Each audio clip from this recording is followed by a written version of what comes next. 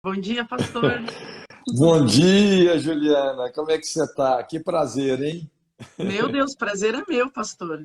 Eu estou sendo promovida hoje em fazer uma live contigo. Pode ter certeza, porque eu sou sua aluna virtual, sua fã, sua seguidora, aprendo muito contigo.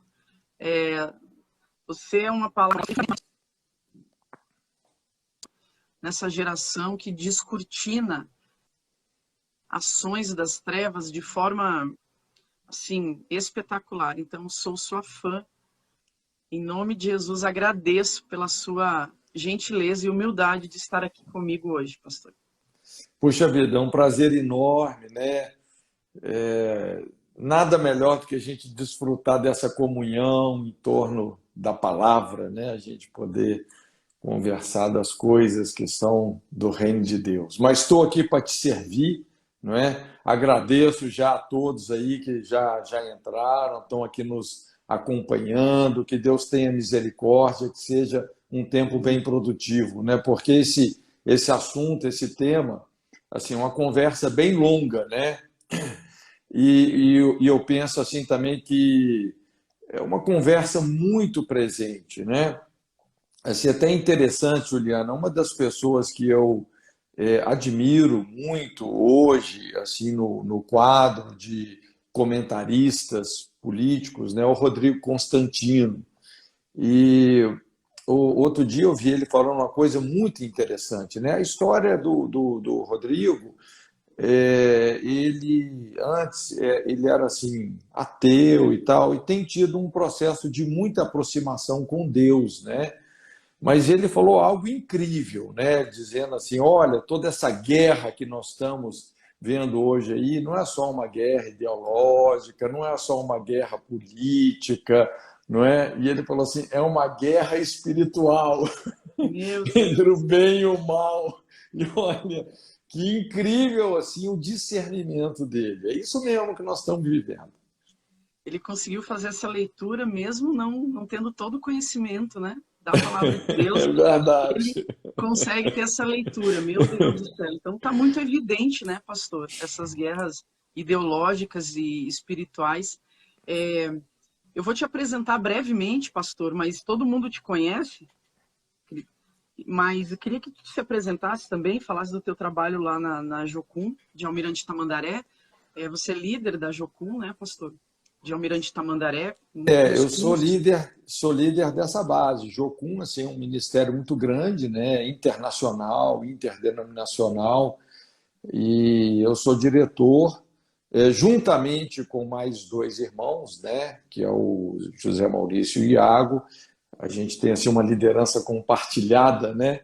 O nosso modelo de liderança lá assim, é bem específico, bem característico nosso, né? Se baseia muito ali na Batalha de Refidim, que é exatamente a gente tentar harmonizar três gerações diferentes, né? Então eu sou dessa, sei lá, essa geração assim mais Moisés no alto do monte, o Maurício ali, o Arão e o Ur, e o Iago é o cara que lidera mesmo, é o Josué que de fato lidera a base lá, né? Entendi. Mas a gente tem um grupo muito bacana, né? Assim, uma das a gente tem vários pontos que a gente expressões ministeriais, né? Na base lá em Almirante, né?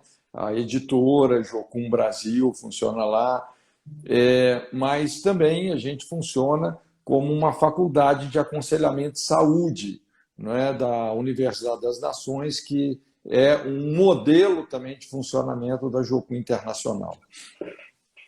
Sim, que é uma base que oferece muitos cursos, né, de capacitação, tanto para líderes, pais, famílias, pastores, né? Sim, Importante quem está à frente de ministério estar sempre reciclando aí ou aprendendo algo novo. E foi numa dessas oportunidades no REDEC, agora em novembro, que eu tive a oportunidade de conhecer pessoalmente, né? Através da Ju Nascimento, da minha amiga. Ela fez essa ponte e para mim é um prazer, porque eu já te conhecia há muito tempo, né, pastor? eu também já te conhecia de ouvir falar. Meu Deus. Que benção. Pastor, sem delongas, quero muito aprender contigo sobre esse tema, que é desafiador, como tu introduziste bem.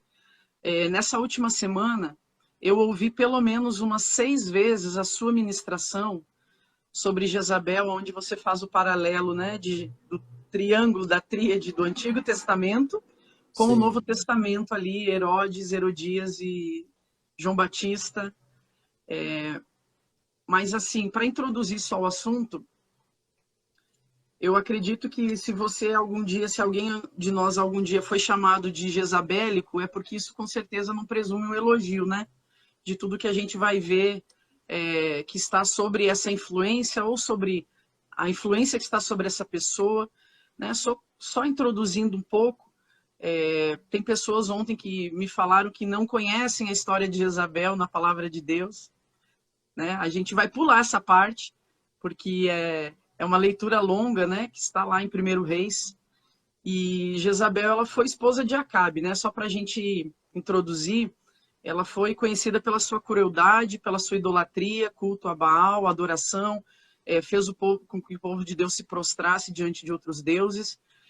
Mas eu acredito, pastor, que eu acho que você vai falar dessas duas frentes, né?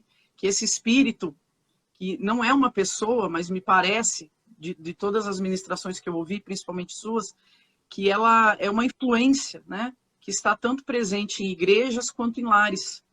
É uma influência manipuladora que, eu lendo a palavra de Deus, essa influência ela é introduzida pelo próprio cabeça, que no caso é o Acabe, né? Ela tem as portas abertas pela própria autoridade do lar ou da igreja. Então, ela é introduzida, endossada a agir, né? Ela se aproveita de um vácuo, de um espaço espiritual que existe para ter a sua influência. Eu vejo muito isso, que Jezabel teve um espaço para atuação, em primeiro lugar, né? Ela não roubou o espaço de rainha, ela foi colocada, e a partir disso, então, ela começa com influência política, um forte ativismo político, né? Uma autoridade de governo, de tomada de decisões, que é um vácuo que, na verdade, não existe um vácuo espiritual, né? Se não existe o domínio do sacerdócio, a autoridade sacerdotal, existe, então, essa influência. Queria que o senhor começasse a introduzir como você quiser, mas eu consigo ver que é dado o espaço para ela, para a gente introduzir, pastor, essa live, é dado o espaço para que ela atue. Sim.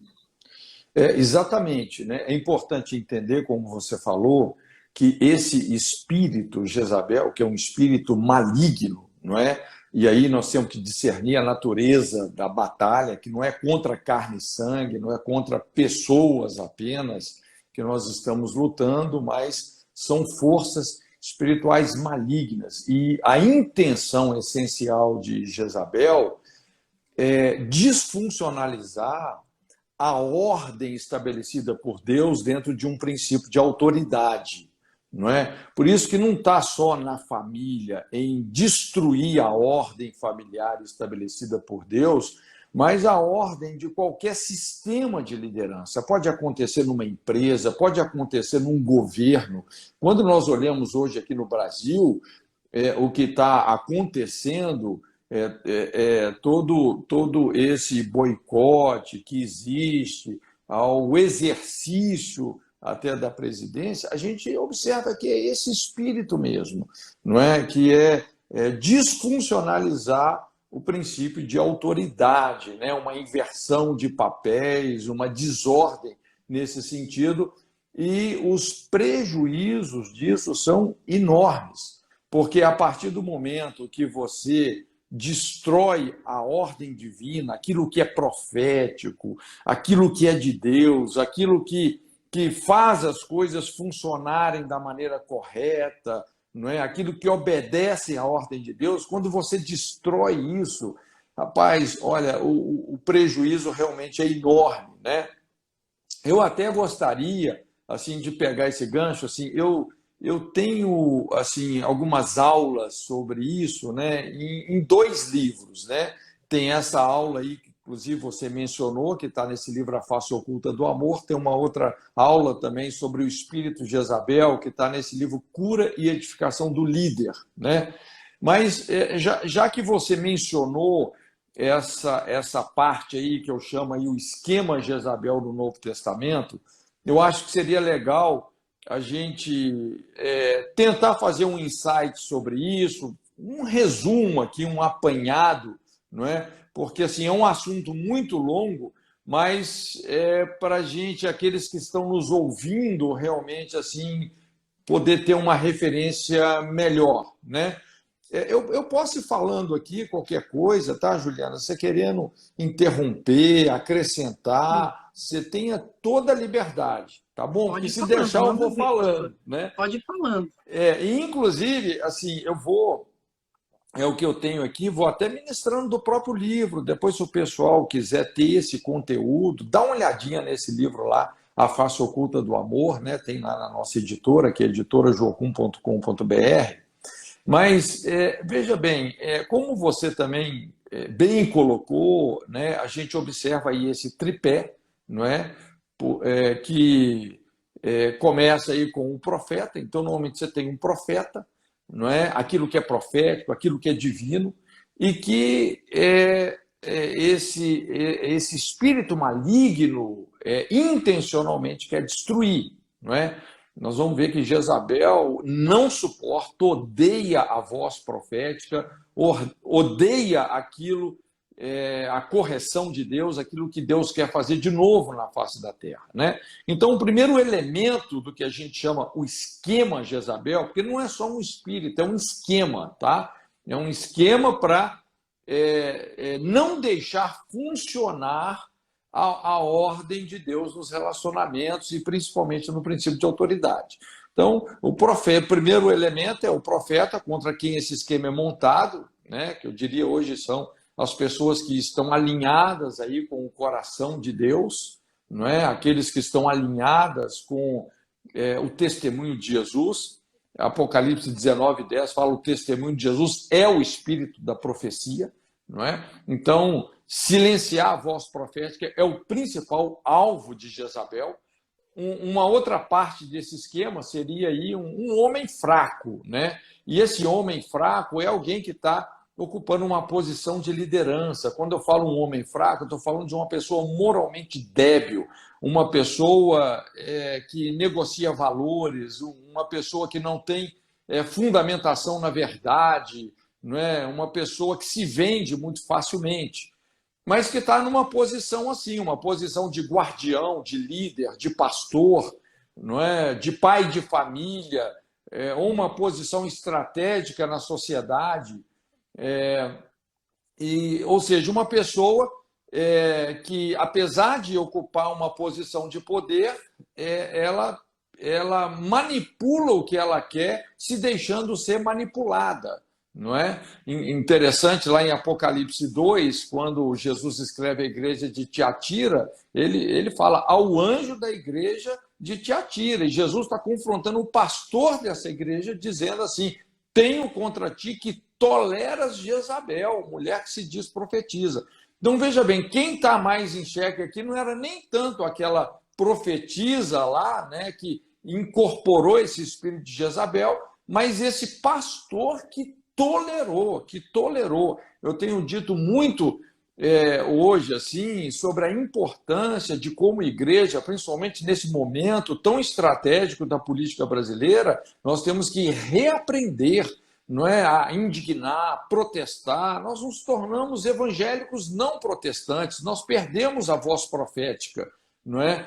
E isso é sinal também que os nossos ouvidos não estão muito próximos da boca de Deus. E aí a gente começa a tolerar Jezabel, a gente começa a ter uma postura passiva.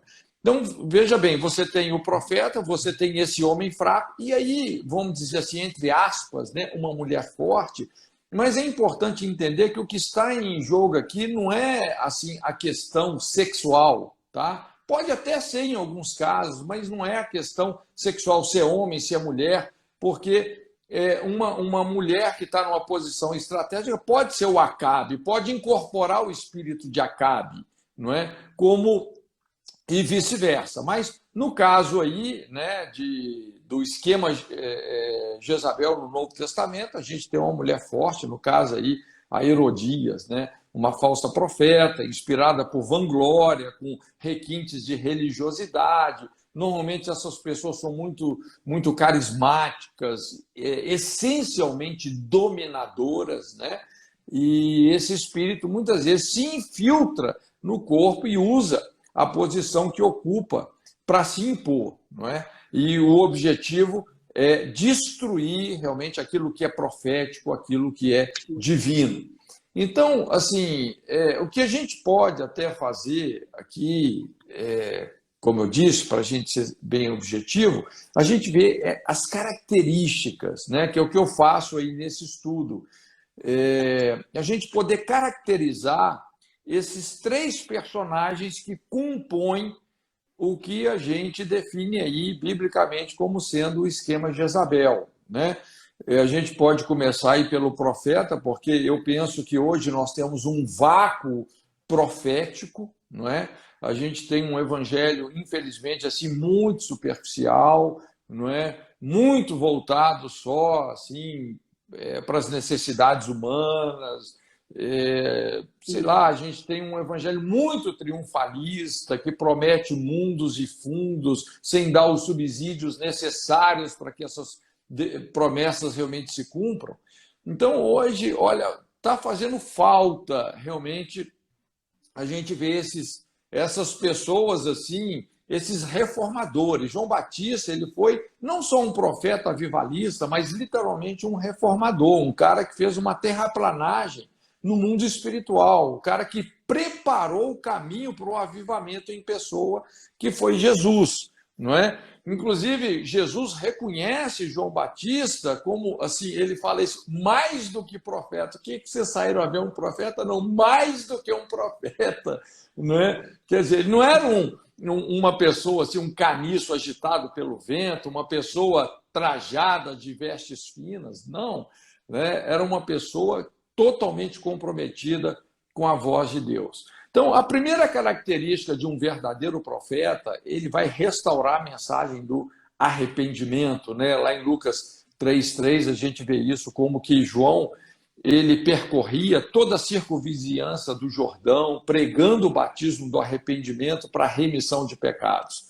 Então, era um cara que trouxe uma consciência muito clara do pecado, né? Então, sem arrependimento, não há novo nascimento, sem novo nascimento não ocorrem as mudanças, sem mudanças não há vida espiritual. Tudo começa com uma mensagem profética de arrependimento. Então, o profeta tira o povo de cima do muro, né? Ou é Deus ou é Baal. Esse foi o clamor de Elias diante do povo. O profeta leva as pessoas a tomar uma posição radical em relação às suas vidas para com Deus, né? Então, ele vai restaurar o altar do arrependimento, porque sem arrependimento nós vamos continuar a ser esse povo que a Bíblia fala lá, o povo que estava assentado em trevas e os que estavam assentados na região da sombra da morte. Nós vamos ter uma geração acomodada nas trevas, né? Então, essa é a primeira característica de um profeta de Deus.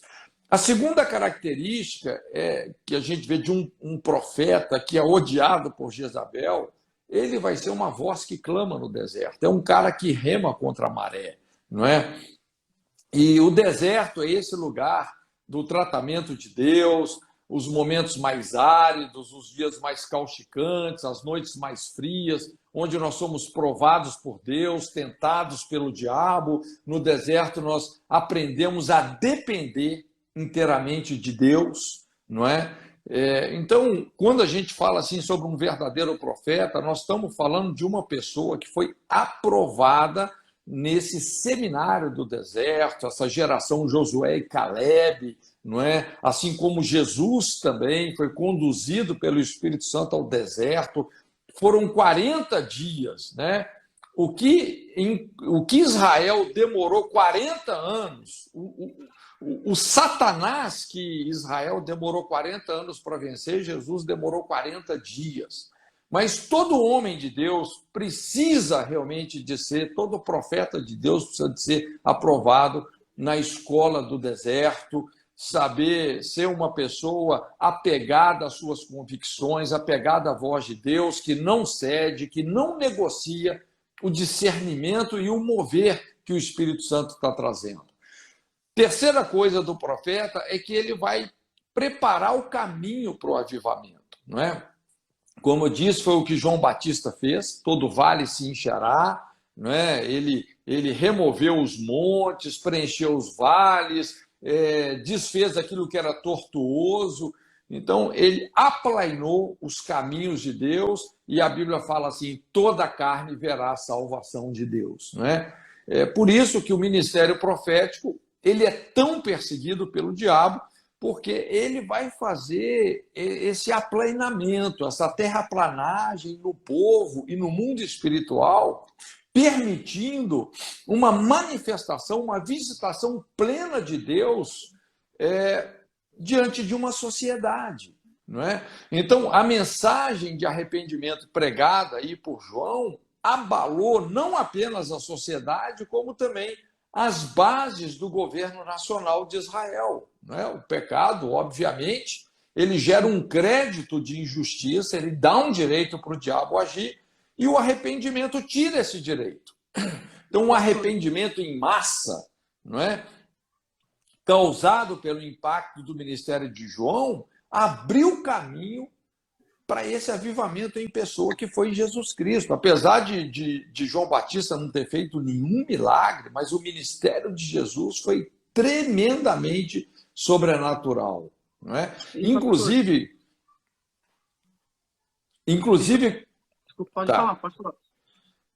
Inclusive, quando a gente fala sobre esses pilares do avivamento, essa terraplanagem espiritual, Juliana, é importante a gente... Eu quero até destacar isso aqui, esses pilares do avivamento. Se nós queremos não só um avivamento, mas uma reforma, nós temos que priorizar esses pilares. Primeiro é a restauração familiar, não é? Essa conversão dos pais aos filhos, dos filhos aos pais. Veja bem como João Batista ele reintegrou as famílias. Milhares de filhos pródigos estavam voltando para os seus pais. Milhares de pais pródigos estavam voltando para os seus filhos. O altar da família, o sacerdócio, estava sendo restaurado. Hoje, essa é a grande brecha da nossa geração, essa síndrome da infância desprotegida, é a parábola do pai pródigo, não é? Os pais abandonando os filhos se rebelando contra os pais. Inclusive, essa é um dos objetivos máximos dessa cultura progressista que está aí, causar conflito entre as gerações, não é? Então, para a gente ter uma reforma, nós vamos precisar de lidar com esse espírito de orfandade, restauração familiar, não é? Também quebrar o espírito de rebelião, que foi o que Lucas fala, né, que João Batista fez. Rebelião tem essa mesma raiz da feitiçaria, nesse propósito declarado de fazer do nosso jeito, não é? Ou seja, até Deus tem que ser do meu jeito, não é? Isso é rebelião, é o que a gente observa muito assim as pessoas fazendo do próprio ventre o seu Deus. Então isso está na motivação das pessoas, estabelecendo um estado perpétuo de injustiça. Então esse mover público de confissão de pecado que o ministério profético de João Batista trouxe, não é? Isso quebrou, afogou o espírito de rebelião. E também um outro pilar desse avivamento, que é você preparar ao Senhor um povo bem disposto, ou seja, você levantar uma igreja comprometida, voluntária, pessoas que estão dispostas a negar a si mesmas, praticar atos de justiça, revertendo situações aparentemente irreversíveis, né? Mudando aí esses quadros de miséria que há tanto tempo são inalteráveis, né? A gente vê coisas aqui no Brasil, injustiças aqui no Brasil, que elas são seculares, são séculos, mas de repente Deus está vindo, Deus está levantando uma igreja, não é? Como João Batista, que está abalando, fazendo tremer a terra, não é? Pastor, uma outra coisa. Deixa eu só fazer uma observação aqui antes pois de não. continuar, pastor. E isso aí que tu falou já dá umas 5 lives, né? Só essa introdução que tu fez de João Batista, que é essa voz profética do Novo Testamento, que vem chamando o povo a um arrependimento, né? Eu anotei aqui, eu vejo que o mundo espiritual ele tem uma hierarquia, né? Assim como tem uma hierarquia angelical, existe uma hierarquia satânica também com relação a uma cópia do modelo celestial, né? De funções e diferentes entre os demônios, entre os principados e potestades.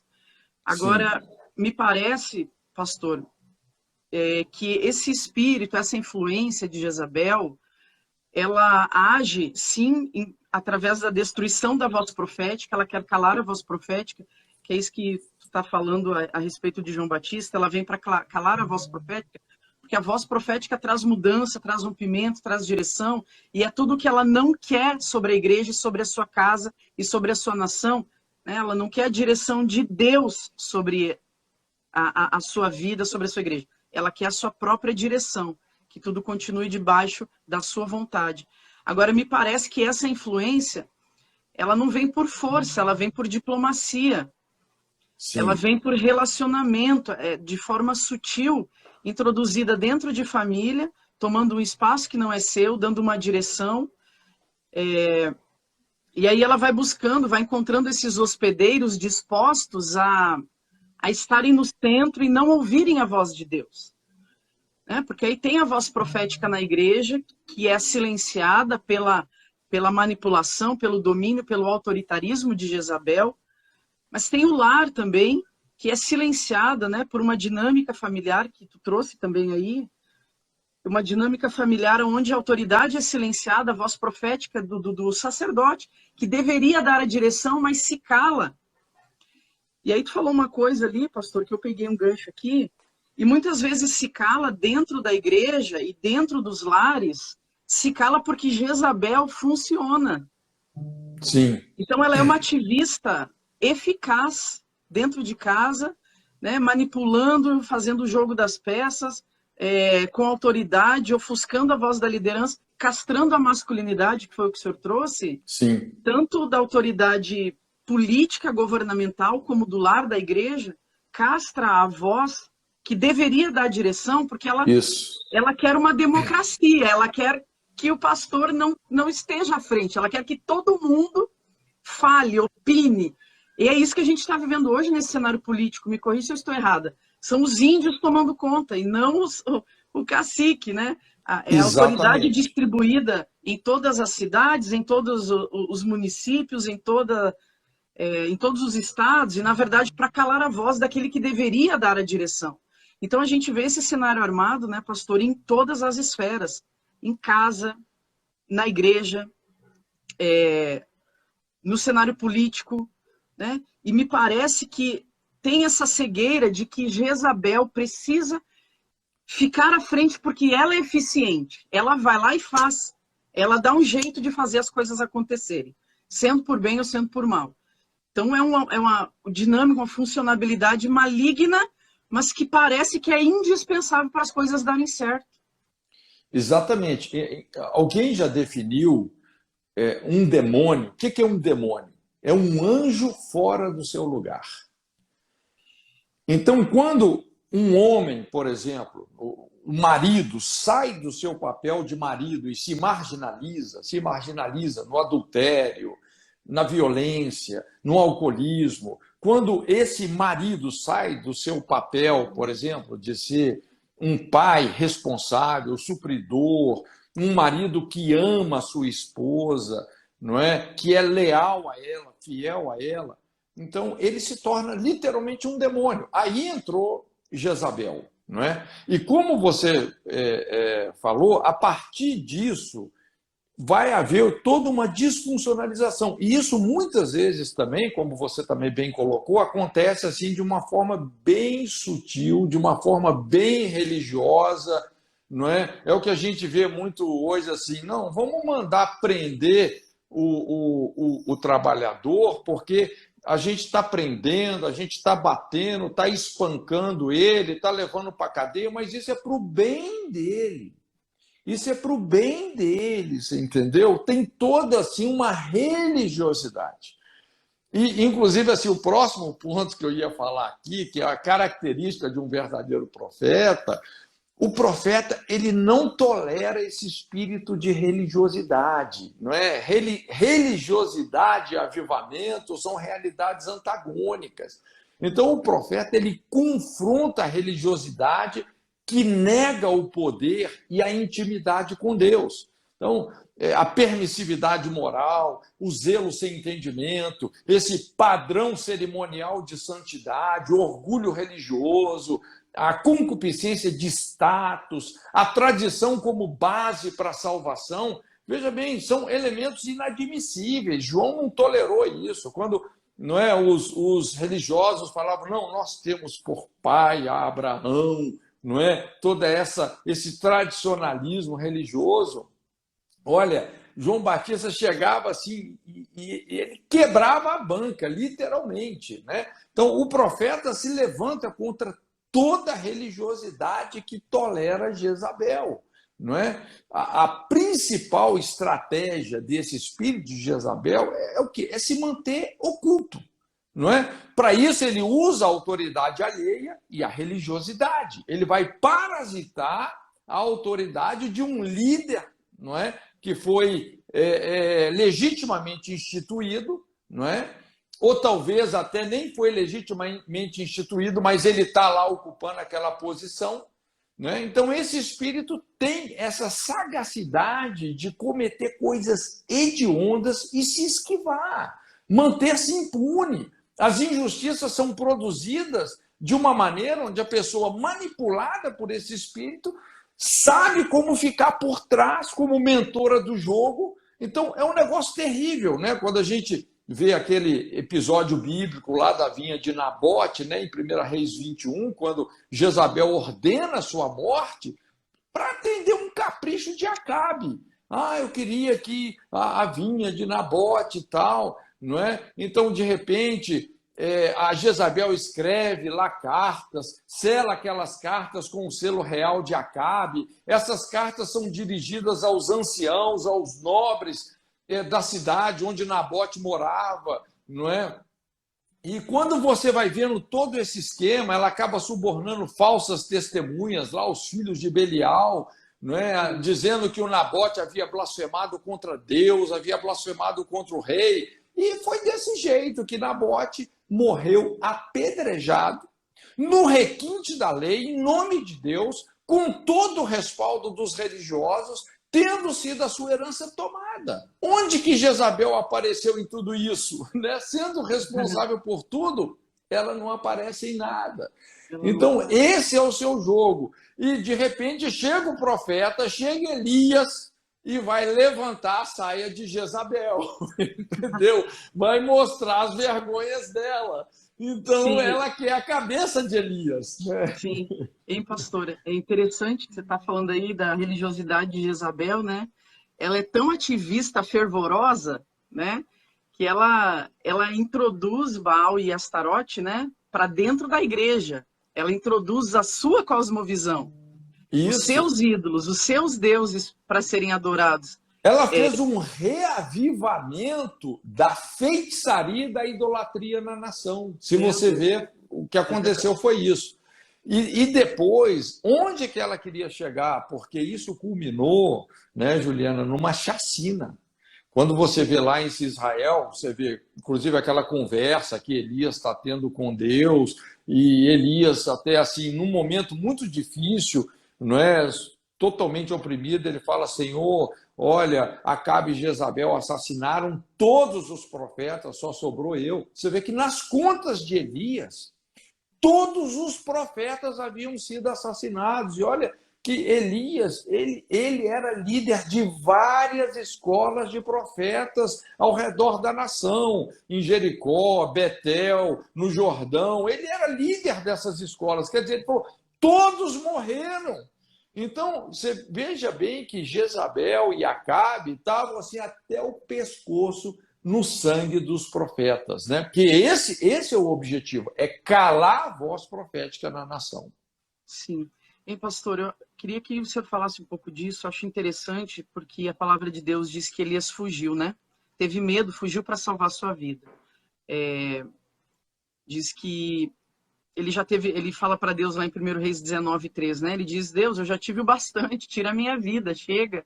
Eu não dou conta de enfrentar essa mulher, não, eu não dou conta de ir contra ela, né? Ou de enfrentar ela, pela intimidação, pelo medo que ele estava sentindo dela. E aí eu fico pensando, pastor, quantos pastores vivem hoje sobre essa opressão de Jezabel dentro das suas igrejas, se sentindo oprimidos, se sentindo angustiados, se sentindo opressos, mas como diz em Apocalipse 2, lá que você leu no início, eles mantêm o funcionamento de Jezabel dentro da igreja porque lhes convém em várias áreas, inclusive a financeira, né? Só que, em contrapartida, eles estão sendo oprimidos, e aqui Elias, ele apresenta sintomas de um homem que estava em depressão, né? Que estava angustiado, que pediu para Deus a morte. Então, parece que Jezabel, ela tem esse espírito de resistência, de permanecer ali, todo mundo vai saindo aos poucos, até que até o pastor saia. E ela não sai, ela se mantém ali. Então, o pastor sai, ele não pede ajuda muitas vezes.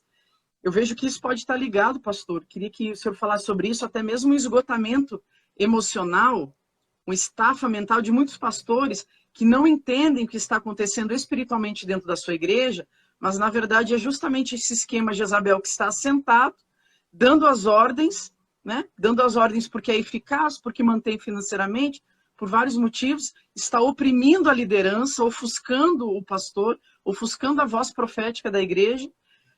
E esse pastor se sente oprimido, muitas vezes angustiado, que pode aí levar a um quadro de depressão, isolamento, isolamento social, coloca esse pastor dentro de uma caverna, e esse pastor não consegue pedir ajuda, não entende, não discerne o que espiritualmente está acontecendo na sua igreja, que está sendo aí influenciada, oprimida por esse espírito, e que pode sim, né, levar aí a liderança de uma igreja toda a sair e deixar esse pastor isolado, depressivo.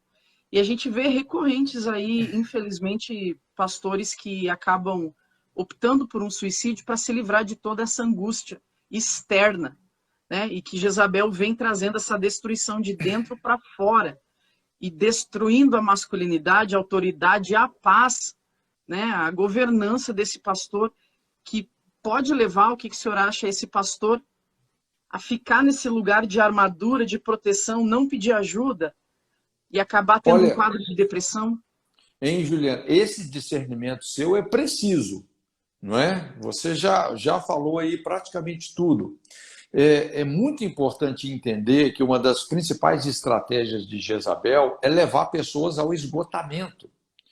Porque, assim, e normalmente, assim, quando a gente até estuda um pouco sobre perfis ministeriais, normalmente os profetas, eles têm profetas e apóstolos, eles têm uma robustez maior, não é? O ministério apostólico, pessoas que têm um perfil motivacional apostólico, por serem pioneiras, o cara é como um trator. Normalmente o apóstolo, ele é um trator, o cara que começa do nada, não é, que rompe fronteiras, coloca fundamentos onde não existia. Então essas pessoas, assim, elas têm muita força, muita força moral, muita persistência, muita perseverança. Os profetas também, muitos profetas têm nervos de aço, né?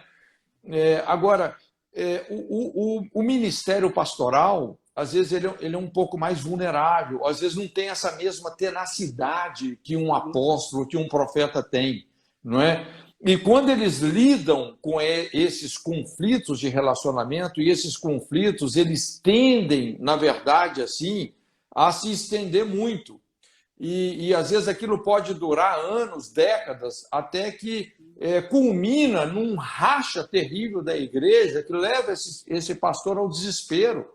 Olha, eu já vi muitas vezes esse filme acontecer, né? E a gente sabe que o que mais, vamos dizer assim, baqueia uma pessoa, o que mais nos afeta, né? As coisas que mais nos afetam, as crises que mais nos afetam, são crises de relacionamento. não é? Às vezes, porque um problema financeiro vem, você supera, um problema de saúde vem, você supera, mas principalmente no contexto da igreja, os problemas de relacionamento, aquele desgaste, não é? Principalmente quando a pessoa começa a fazer um jogo por trás, começa a fazer toda uma sedição, não é? E aquela pessoa, de repente, houve uma certa precipitação onde você impôs as mãos, estabeleceu aquela pessoa antes do momento, antes dela estar devidamente pronta, e agora já não tem bem como tirar essa pessoa, né?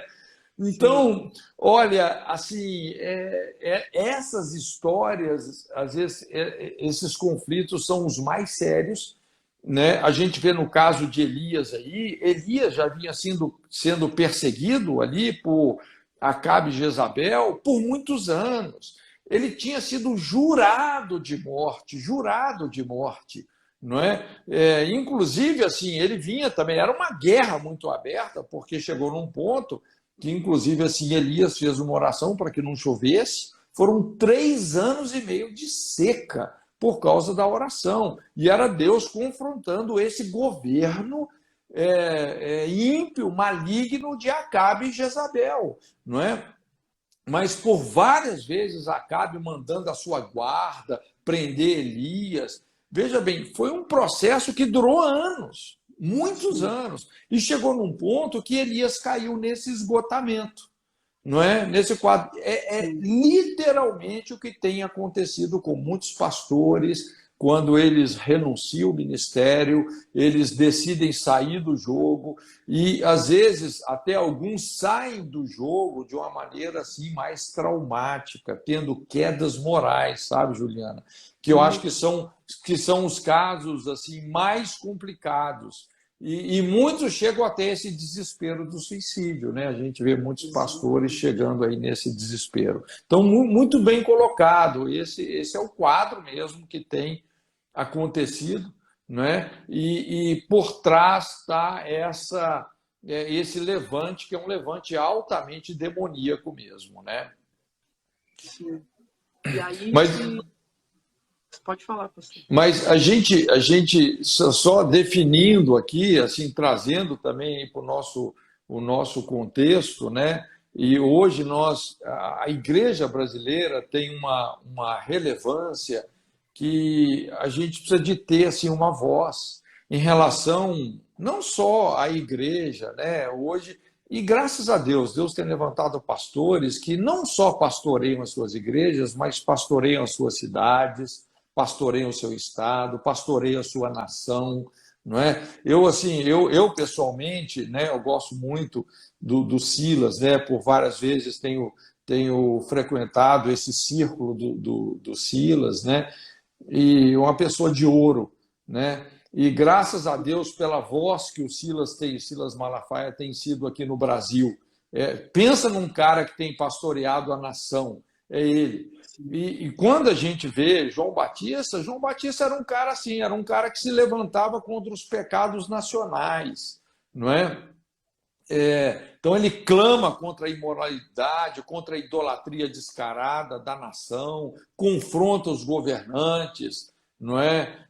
Não perde essa posição profética, né? Não tem rabo preso com nada. Então, o profeta ele vai abalar as estruturas demoníacas, como o Rodrigo Constantino falou, é uma guerra espiritual, não é? E nós precisamos de assumir esse protagonismo profético, não é? Hoje, infelizmente, assim, de certa forma, aconteceu assim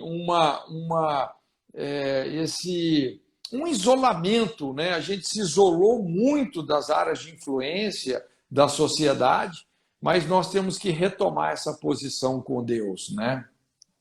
Sim. Interessante estar falando das áreas de influência, pastor, porque eu vejo o quanto essa força, né, de Jezabel, ela se torna, às vezes, indispensável para o funcionamento do lar ou da igreja, parece que se torna indispensável,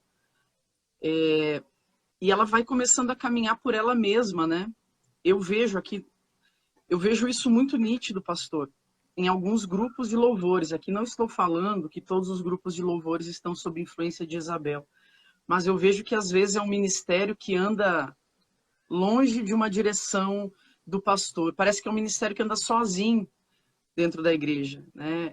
É um ambiente se torna muitas vezes um ambiente de autoidolatria por não se submeterem ao governo, à autoridade do próprio pastor, da liderança da igreja, né? E parece Olha que só, Juliana, só um parêntese, é muito importante, assim, eu sempre falo, uma liderança, a gente lidera com amor e confiança, não é? Você está numa posição de liderança, puxa, você vai investir nas pessoas, não é? Como Jesus fez, dizendo, fareis as obras que eu faço, e maiores ainda. Você vê que Elias fez um discípulo, Eliseu, com uma unção dobrada dele, que fez o dobro dos milagres que ele fez. Então, a gente tem que ter uma liderança generosa, pensando no sucesso das pessoas que nós estamos discipulando, que eles tenham mais sucesso do que nós tivemos, né?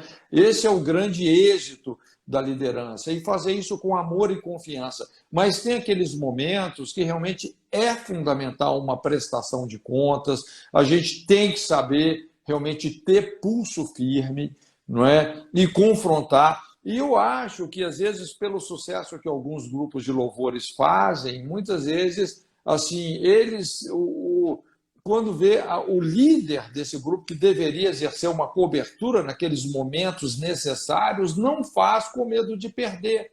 Aí acaba incorporando o perfil de Acabe, não é? Que, na minha opinião, assim, é o aspecto mais importante. Só tem um jeito de você desarticular o esquema Jezabel. E não é lidar com Jezabel, é lidar com Acabe.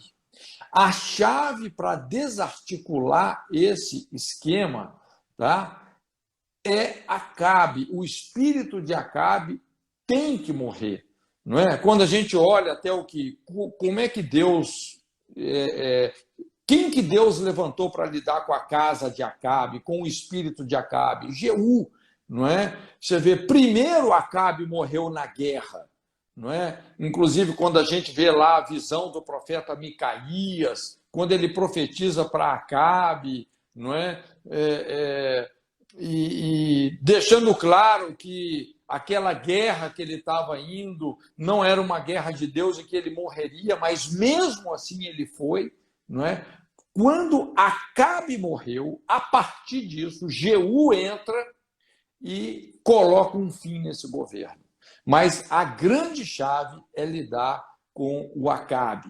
Não é? Quando a gente vê, por exemplo, isso no casamento, às vezes eu sempre digo o seguinte: quando você tem um marido que se marginaliza, não é? Quando o homem se marginaliza, ele começa a inocular insegurança na esposa, porque o grande ponto fraco de qualquer mulher é não se sentir segura.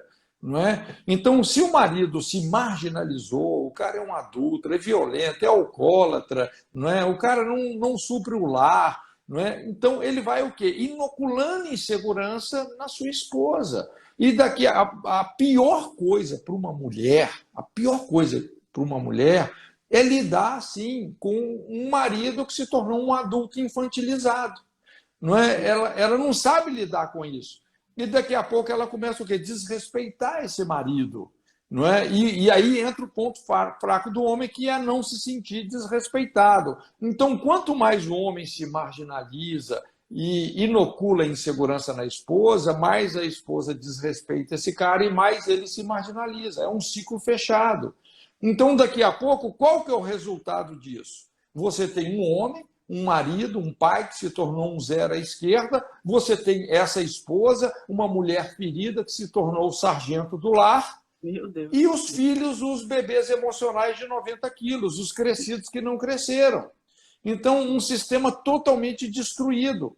Qual que é a chave? A chave está nesse marido. É esse marido sair da marginalidade que ele está e voltar para o seu lar, voltar para o seu casamento, se arrepender da sua marginalização, das suas infantilidades.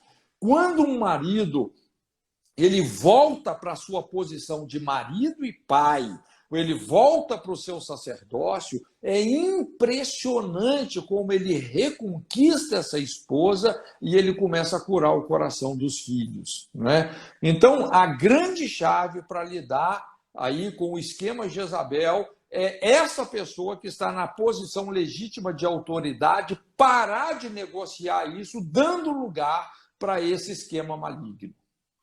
Eu ia te perguntar isso mesmo, pastor, para a gente finalizar aqui, já faltam 5 minutinhos só, eu ia te perguntar exatamente isso. Como que começa a destronar esse espírito? Se confronta, como que se destrona, como que se desmascara, como que age? Né? Aí você falou, ataca a passividade de Acabe, que pode estar à frente da igreja ou pode estar à frente do lar, dando esse espaço, né, para Jezabel funcionar. Então, Acabe tem que aparecer. Como que se lida com esse espírito, pastor? Quem está passando por isso agora dentro das suas igrejas e dentro dos seus lares? A gente tem, de um lado, Acabes, homens passivos, ou líderes passivos, né? Deixando esse espaço livre para Jezabel atuar. Olha só, uma das principais maneiras, Juliana, é essa live aqui que nós estamos fazendo, é a gente descortinar esse esquema. Não é? É você, e muitas vezes também nós vamos ter que ter essa coragem moral. Né? O que João Batista fez com Herodes? Inclusive, você vê que João Batista ele tinha a audiência de Herodes. A Bíblia fala que Herodes ouvia João de boa vontade. Ele tinha a audiência dele. Mas João Batista chegou e colocou o dedo na cara de Herodes e falou: não te é lícito possuir a esposa do seu irmão. Veja bem que Jezabel, ali, a Herodias, foi capaz de destruir a sua família para parasitar a posição de autoridade do genro, do Herodes. Não é? E João Batista chegou e confrontou: olha, não aceita isso, Herodes. E, infelizmente, Herodes não se emendou com isso, como Acabe, né? E esse é o problema, aí que está a fatalidade. Acabe, apesar dele ser corrigido trocentas vezes, não é? Você vê Elias corrigindo Acabe, e vem a fome de 3 anos e meio, e confronta, não é?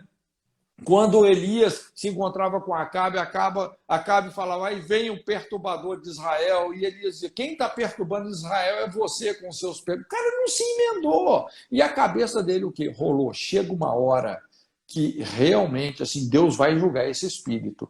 Principalmente quando tem um profeta que confronta, não é? Como nós tivemos Elias e João Batista. Não é? Deus vai julgar esse espírito. Lá em Atos 12 a gente vê Herodes morrendo, né? Ele morreu, ele expirou sendo comido por bichos, por vermes, porque não deu glória a Deus. Então, era uma igreja que realmente cumpria o seu papel profético nessa guerra de valores no cenário político da época. E eles não toleraram Jezabel, não toleraram esse esquema governamental imposto por Herodes e Herodias. A igreja prevaleceu e continua a crescer. Nós estamos nesse momento aqui no Brasil. Não é? Nós temos exatamente nesse momento. Olha, Juliana, Deus abriu uma janela de graça. Não é o Bolsonaro, entende? A questão não é o Bolsonaro está longe de ser um líder, um presidente ideal. O Bolsonaro só é uma resposta que Deus deu para a relevância da igreja.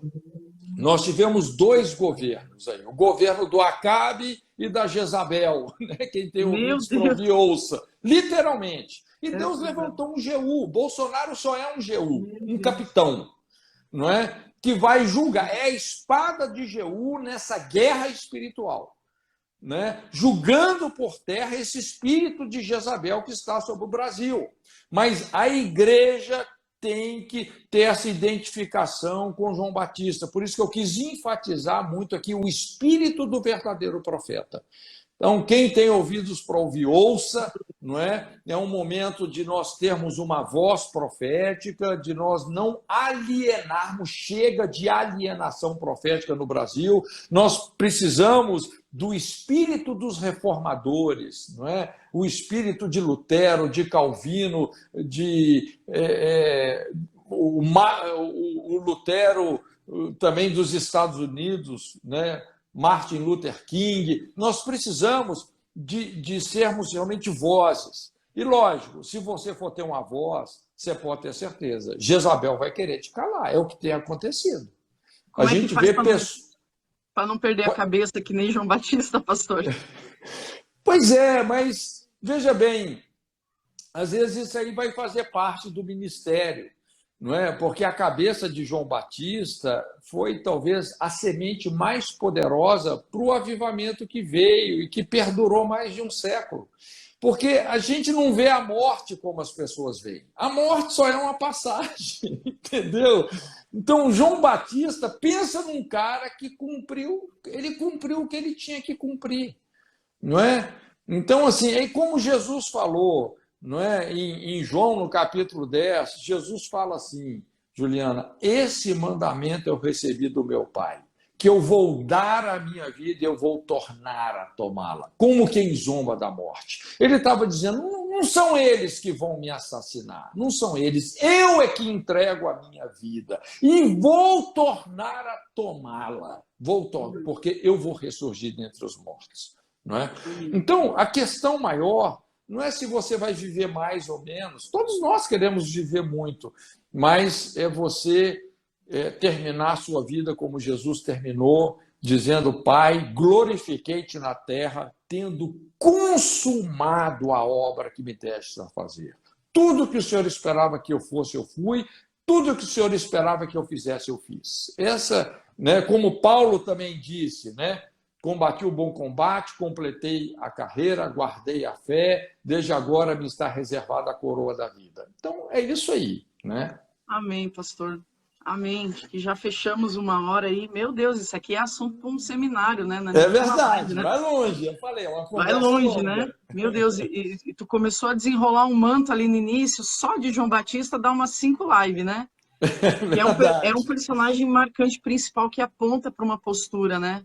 E olha só, nós não entramos nas características de Acabe, não entramos nas características de Jezabel. Sim, meu Deus. Talvez verdade. Até numa outra live aí, mais pela frente, a gente conversa sobre isso. A gente pode conversar só sobre Acabe, depois conversar só sobre a Jezabel mesmo, né? Porque é um assunto muito presente. Sim, é muito atual, pastor, muito atual. Queria agradecer, pastora, sua aula, né? Não é uma live, é uma aula de Bíblia, de revelação da palavra de Deus, de voz profética para esse tempo, de discernimento. Queria agradecer profundamente sua disposição e humildade, pastor, em estar cedendo o seu tempo para compartilhar do seu conhecimento, da sua sabedoria. E eu deixo aqui a minha indicação. O pastor tem livros que falam a respeito disso, né? O pastor tem ministrações no YouTube que falam a respeito disso. Então procurem, estudem, queridos, porque se o pessoal do lado de fora, né, que nem o Constantino, está percebendo a guerra espiritual, meu Deus, acorda a igreja. Até o cego de Jericó está enxergando que a igreja não enxerga. Até a mula, as pedras estão clamando, as mulas estão falando. A mula está falando. E a gente não está discernindo, a gente está com guerra de status, de cargo, de posição ainda. Meu Deus, né? Meu Deus. Quanto alinhamento, pastor, numa única live. Quanto alinhamento. Muito obrigado, quero agradecer de coração. Legal. Senhores. Tá, Juliana, olha, obrigado pela sua iniciativa. Não é? Assim, a minha dificuldade assim em relação à live, né? Porque a gente tem assim muito convite, é muita coisa, né? Eu carrego uns 3, 4 pianos nas costas, né? Ministerialmente falando. Minha vida assim é bem corrida, mas assim, puxa vida, foi uma oportunidade tremenda. Obrigado pela sua iniciativa, né? Agradeço a Deus pela obra que Ele tem feito na sua vida, e você acho que você é uma das pessoas, assim, o seu testemunho é um dos testemunhos mais relevantes para essa geração. Tá? Então, queria te agradecer também, agradecer a todos aqueles que estão conosco, que estiveram conosco aí nessa live, né? Um beijão no coração de todo mundo, e que Deus continue tendo misericórdia de nós, nos abençoando, abençoando a nossa nação. Amém? Amém. Abraço em Amém, todos. Jesus. Muito obrigado, pastor. Abraço a todos que participaram. Que Deus nos livre, em nome de Jesus. Beijo, pastor. Até logo, Obrigado. beijo, Tchau, tchau. queridos.